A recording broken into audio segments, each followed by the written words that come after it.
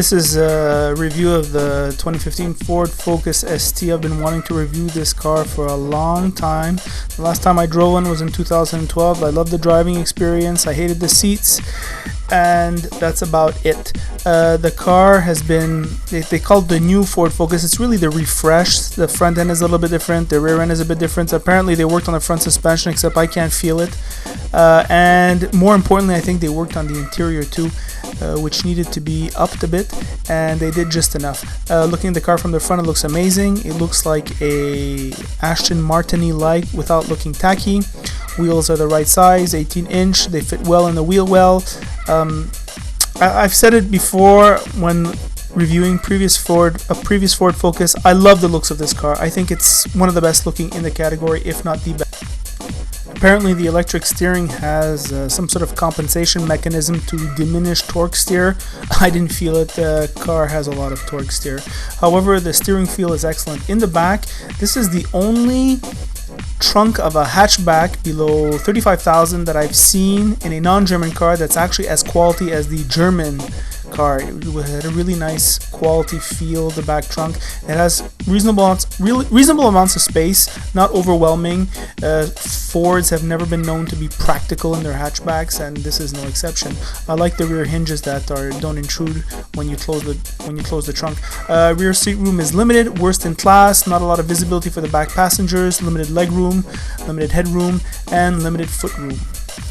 However, if you look here, look at the detailing. The white stitching on the black leather or darkish gray leather looks great. In fact, the leather quality is excellent in this car. This cockpit really has the feel of a race car. It has a nice wraparound feel. I wanted a good close-up of the worst seats in the automotive industry today. I mean, if you are more bolstered than a WRX STI, what the hell is wrong with you? However, they improved the fonts here. This looks great. The graphics in that little center hub look great. Car has a great driver focused feel. They redid the buttons here. I don't know exactly what they did, but there's just less of them and it feels more intuitive. The sound system is excellent.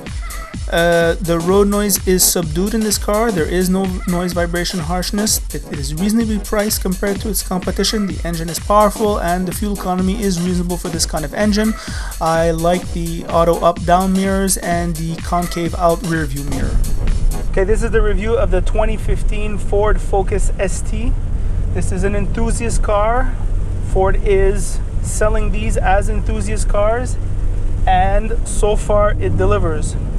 I like the engine sound. Engine sounds great for a 4-cylinder. I think they pipe some of that sound in through the sound system, which is fine.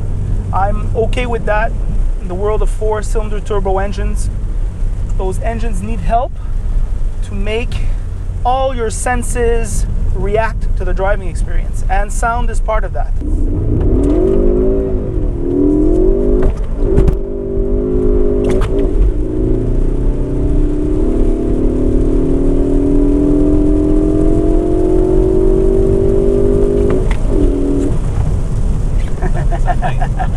Ah, ça freine, c'est débile. Right away, I'm struck with how rough this car is in terms of, I have it in sport, I always leave cars in sport. The shifter is not at all like the Honda Civic Si, let's say, which I find is like the best shifter. However, it's the kind of gearbox that you love ramming the shit out of. That's what this gearbox is good. You just love banging it, you know? Doing this. It's great at doing that. The steering wheel is wonderful. Good grips at the 9 and 2. Holds well at the 10 and 3. Perfect. The touch points are excellent. Chrome even Ford now even has these little chrome tips here on their window pulls. Wonderful. I don't know like what it is. I can't name one item that they did, but the interior seems just a little bit better, and it seems to be up to the level of the Volkswagen Golf GTI.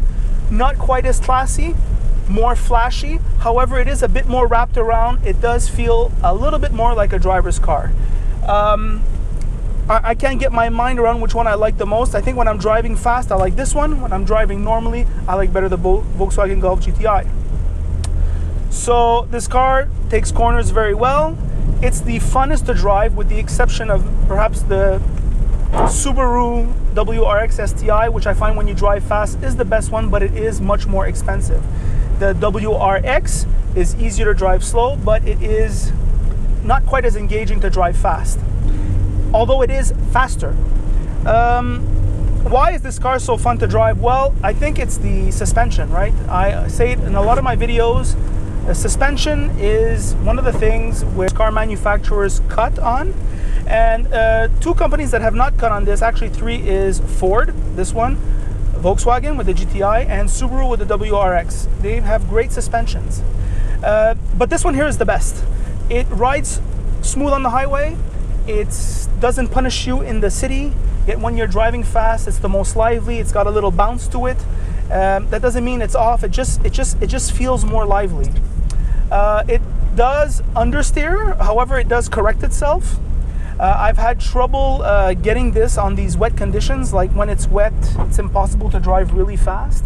Sitting in the Focus, you're immediately struck by how grippy. These seats are wonderful in sporty driving, and these seats are also the worst in normal driving. They're horrible. In fact, of all its competitors, I've owned this Scion FRS. The Scion FRS is very comfortable compared to this car.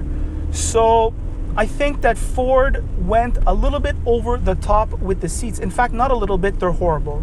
In fact, I wanted to buy this car, but because the seats were so bad, remember, this is supposed to be the all-arounder, right? Sporty hatchbacks are supposed to be the all-arounder. This car, it's just, your back is gonna hurt after 20-30 minutes. It's ridiculous. However, when you're driving fast, it's wonderful. You don't move.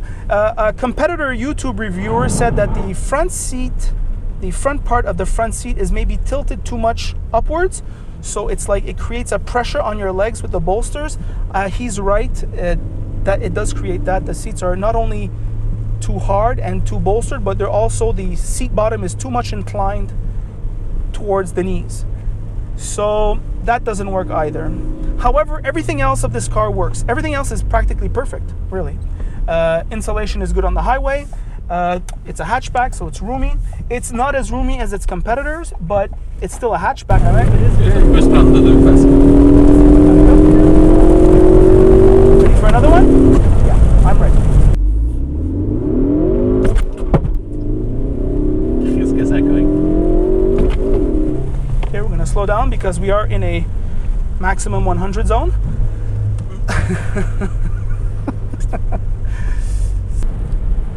The multimedia system of this Ford Focus ST is much improved. I don't really look at those things. Really, what I look at is the sound system and the sound quality. And this one has the big sound system, and it sounds very good. I don't think it's quite as quality as the Fender and the Golf GTI. However, it's very bassy. It has a very, I don't know, you just want to turn it up, right? The bass like booms in a way that you want to listen to it loud. Again, the sound, even the sound of the sound system goes with the character of this car. That's how much they're animals, Ford. So I have to say that Ross was making the remark that this car feels more like Ford Europe than Ford North America, and he's so right about that. As with all Ford Focuses, the rear seats are the worst. They're the ones that have the least space, and yeah, that's it. That's a Ford Focus. So fuel consumption. The car drinks gas like any other four-cylinder turbo. So the engine is very powerful. For example, my buddy Ross and also my other friend Pan, if you watch my how to wash a car videos, he finds that there's too much power for a front-wheel drive car. I would have to say that they're right. There is too much power, but I think that's part of the fun, is to like when you're, I guess mentally I'm the youngest person of the three, so I think I just like that extra power. It's fun to like just beat the shit out of the car. The Volkswagen Golf is much more poised. However, the new engine has a lot more torque, and it was torque steering a bit, but not at all as much as this car. All in all, I think that the real question in this category is which car is better. I think the two best is the Volkswagen Golf GTI and this car. Which one is better and why? I have to be honest with you, because of these seats, because the mission of these cars is to be all-arounders.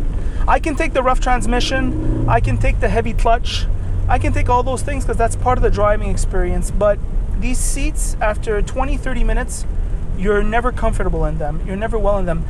It's funny how Volkswagen, they have bolsters on their seats. They're supportive. No one complains that a Volkswagen Golf seat is poorly bolstered. However, this car is just so uncomfortable, and the Volkswagen is so comfortable. You can drive the Volkswagen for an hour, and it's great. So, yes, it's true the Golf GTI is maybe not quite as hair on fire. In fact, it isn't. Not quite. I'm saying not quite, but it completely is not as hair on fire as this car. However, I think for the everyday use, I have to go with the Volkswagen. I mean, it's just as refined, if not slightly more. It's just a little bit more livable, and with the extra torque now, and you'll notice on this show we're not really a horsepower figures kind of show.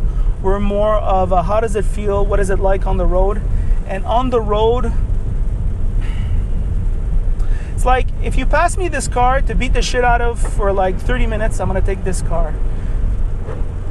But if you ask me which car would I want to go home with, I think it would be the Volkswagen Golf GTI, even though my heart loves this car to death.